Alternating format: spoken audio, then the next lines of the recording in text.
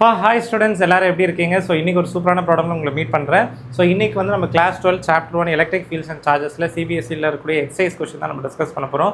ப்ரீவியஸாக example questions எல்லாமே நான் டிஸ்கஸ் பண்ணியிருக்கேன். ஸோ ரெகுலராக நம்ம சேனல் வந்து வீடியோஸ் வந்துட்டு இருக்கு. So formulas revisions for each chapter எல்லாமே நம்ம பண்ண போகிறோம். ஸோ மறக்காம நம்ம சேனலை சப்ஸ்கிரைப் பண்ணி வச்சுக்கோங்க. ரெகுலராக நம்ம சேனல் வந்து வீடியோஸ் வந்துட்டு இருக்கு. அதுக்கப்புறம் ஃபிசிக்ஸ் கெமிஸ்ட்ரி மேத்தமெட்டிக்ஸோட கிளாஸ் 12 அண்ட் கிளாஸ் 10 ரெண்டுத்துக்குமே பேச்சஸ் வந்து ஸ்டார்ட் ஆயிடுச்சு. ஓகே, கிளாஸ் 11க்கு நம்ம கண்டிப்பாக மே மாதம் after that will start. Okay, so இப்போ இன்ட்ரெஸ்டாக இருந்தீங்கன்னா என்னோட நம்பர் காண்டாக்ட் பண்ணிக்கோங்க 7299392095. ஸோ இப்போ நம்ம வீடியோக்குள்ளே போகலாம். ஸோ கவனிங்க என்ன கொடுத்துருக்காங்க அப்படின்னு.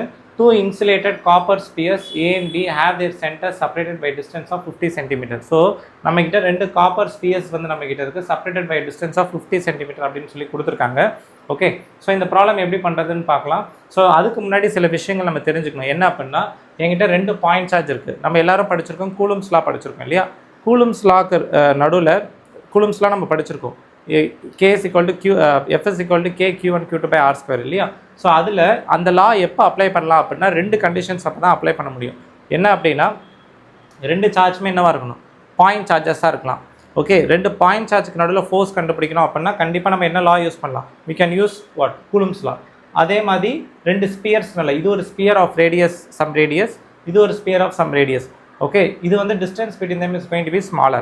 ஓகே, இப்போ அந்த ஸ்பியரோட சைஸ் கம்பேர் பண்ணும்போது, ஸ்பியருக்குன்னு ஒரு ரேடியஸ் இருக்கும், அதை சைஸ் கம்பேர் பண்ணும்போது இந்த டிஸ்டன்ஸ் வந்து பெருசாக இருக்குது. For example, radius of the sphere வந்து கேபிட்டல் ஆர்ன்னு வைங்க, அதோட இந்த டிஸ்டன்ஸ் வந்து ரொம்ப ரொம்ப பெருசாக இருந்துச்சுன்னு வைங்க. இந்த small R is very much greater than capital ஆராக இருந்துச்சு அப்படின்னா அந்த டைமில் நம்ம என்ன பண்ணலாம்னா கூலும்ஸ்லாம் நம்ம அப்ளை பண்ணலாம். ஓகே, இது இம்பார்ட்டண்டான பாயிண்ட்டு. ஸோ பாயிண்ட் சார்ஜுக்கு நடுவில் கூலும்ஸில், அதுக்கப்புறம் ஸ்பியர்ஸ் நடுவில் தான் வி கேன் அப்ளை. ஓகே, நீங்கள் கேட்கலாம், சார் அப்போ எங்கே அப்ளை ஆகாது அப்படின்னா நான் உங்களுக்கு குயிக்காக சொல்கிறேன். ஸோ இப்போ என்கிட்ட வந்து ஐ எம் ஹேவிங் ஒரு ராட் இருக்குது. ஓகே, பாயிண்ட் சார்ஜ் இல்லாமல் ஒரு ராடு என்கிட்ட இருக்குது. ஸோ இந்த ராடில் வந்து என்ன இருக்குது? ஃபுல்லாக சார்ஜஸ் இருக்குது. ஓகே, இங்கே ஒரு பாயிண்ட் சார்ஜ் இருக்குது, point charge Q.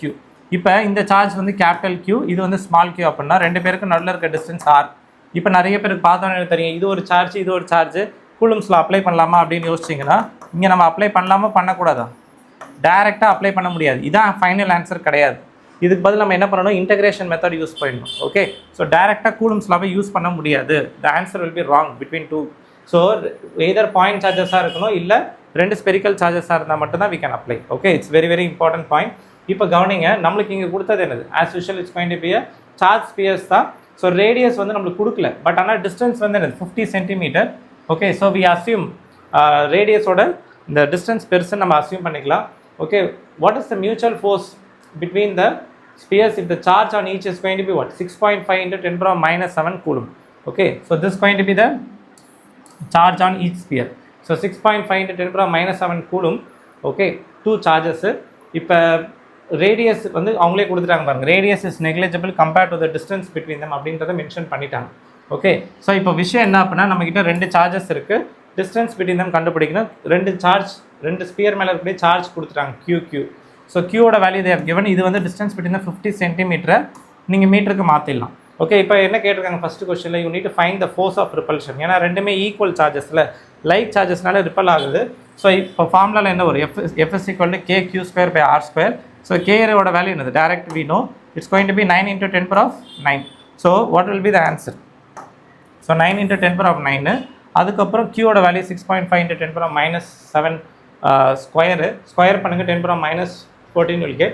Similarly R வந்து நம்ம எப்பவுமே மீட்டரில் தான் சப்ஸ்டியூட் பண்ணணும், சென்டிமீட்டர்லேயே போடக்கூடாது. நிறைய ஸ்டூடெண்ட்ஸ் மிஸ்டேக் பண்ணுவாங்க அந்த இடத்துல. ஸோ நீங்கள் 50 into 10 power minus 2 whole square பண்ணுங்கள். ஃபைனலாக ஃபோர்ஸோட ஆன்சர் என்ன வரப்போகுது? 1.52 into 10 power of minus 2 newton. So this going to be the final force which is a repulsive force. ஓகேவா?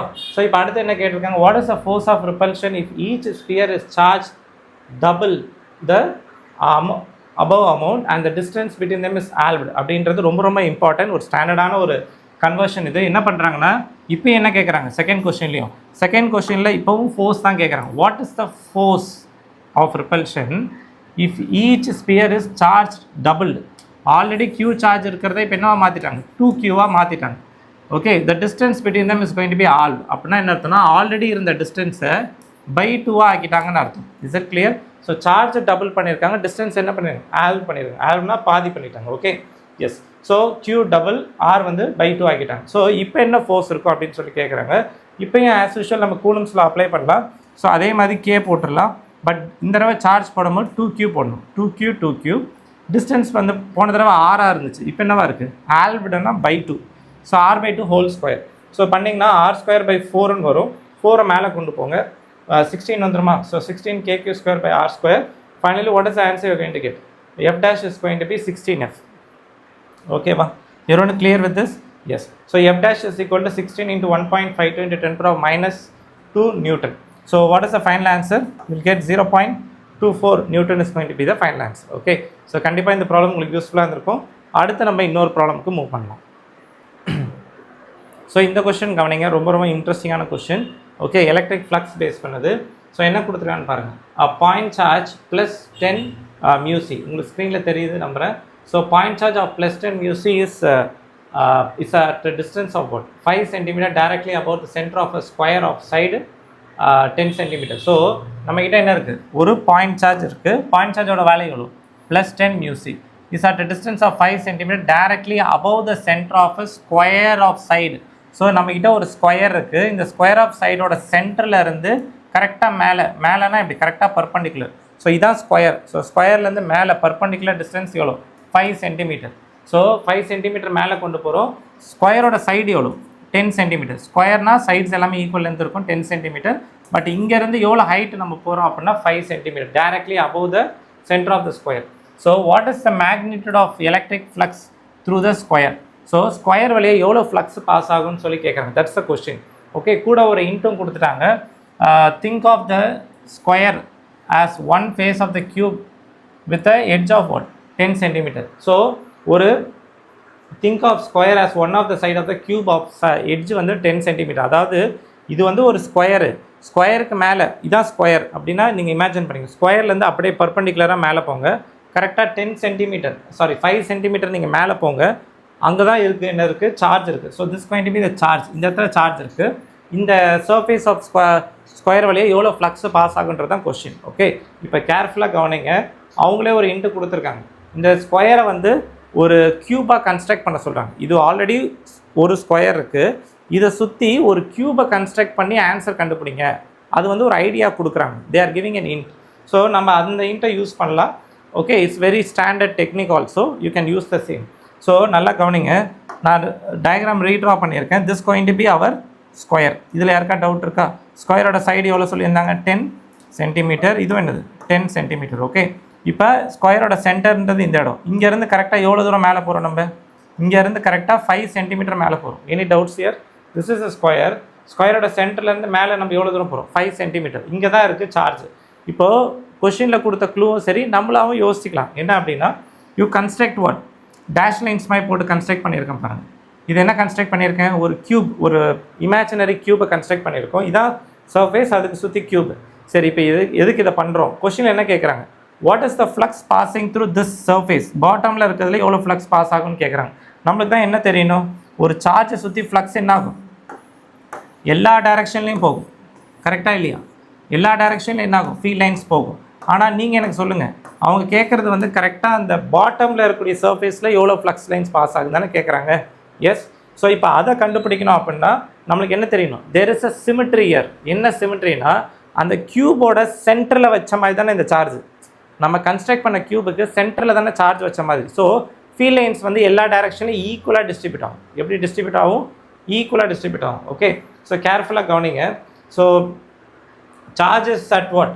center of the cube which is symmetry to all the sides of the square. So ஸ்கொயரோட எல்லா சைட்ஸும் கரெக்டாக நடுவில் இருக்கனால எல்லா சைட்ஸ்லையும் flux எவ்வளோ இருக்கும்? ஃப்ளக்ஸ்னா என்னது? Number of field lines passing through a given surface தானே ஃப்ளக்ஸு. ஸோ நம்ம கரெக்டாக க்யூபோட சென்டரில் இருக்கனால அந்த ஃபீல்ட் லைன்ஸ் எல்லாமே என்ன ஆகும்? எல்லா சர்ஃபேஸ்லையும், சர்ஃபேஸ் 1, 2, 3, 4, 5, 6 எல்லா சர்ஃபேஸ்லையும் ஈக்குவல் ஃப்ளக்ஸ் பாஸ் ஆகும் அப்படின்ற வெரி வெரி இம்பார்ட்டன்ட் பாயிண்ட்டை நம்ம என்ன பண்ணிக்கணும்? நோட் பண்ணிக்கணும். ஸோ நம்ம இதுலேருந்து என்ன சொல்ல முடியும்? Flux through the cube, flux through the cube is nothing but 6 times the flux through each side. ஏன்னா ஒரு சைடில் எவ்வளோ போகுது? ஒரு சைடில் எவ்வளோ போகுதோ இன்ட்டு 6 பண்ணிங்கன்னா that will be the total flux passing through the cube. இந்த ஸ்டேட்மெண்ட்டில் ஏதாவது டவுட் இருக்கா? வெரி வெரி இம்பார்ட்டண்டான statement. Okay, very very important. சரி, இப்போ நம்ம எப்படி கண்டுபிடிக்கிறது எவ்வளோ ஃப்ளக்ஸ் பாஸ் ஆகுது அப்படின்னு? ஸோ நம்மளோட கியூப் அக்கார்டிங் டு காஸ்லாம் நம்ம எல்லாருமே படிச்சிருக்கோம். காஸ்லாம் என்ன சொல்லுது? ஒரு குறிப்பிட்ட சர்ஃபேஸ், ஒரு க்ளோஸ்டு சர்ஃபேஸ் வழியாக எவ்வளோ ஃப்ளக்ஸ் பாஸ் ஆகுன்றது வந்து that will be equal to what? The flux through a cube, that is the closed surface, flux through the closed surface will be equal to charge inside the surface divided by epsilon naught. So அந்த கியூபுக்குள்ள எவ்வளோ charge இருந்துச்சு நம்மளுக்கு, the charge is going to be q, so q by epsilon naught, கரெக்டா? யா. So இப்போ நம்ம cube five of cube இருக்க இடத்துல என்ன எழுதலாம், 6 into what I can write, cube இருக்க இடத்துல I can write as what, 6 into 5 of side. So flux through the side நம்மளுக்கு தெரிஞ்சிடும்ல. So flux through the side is nothing but q by 6. இந்த 6 கீழே கொண்டு வாங்க, q by 6 epsilon naught வரும். q ஓட வேல்யூ கொஸ்டினில் கொடுத்துருக்காங்க. அப்புறம் epsilon naught ஓட வேல்யூ நம்மளுக்கு தெரியும். ஸோ 8.854 into 10 power minus 12 இல்லையா.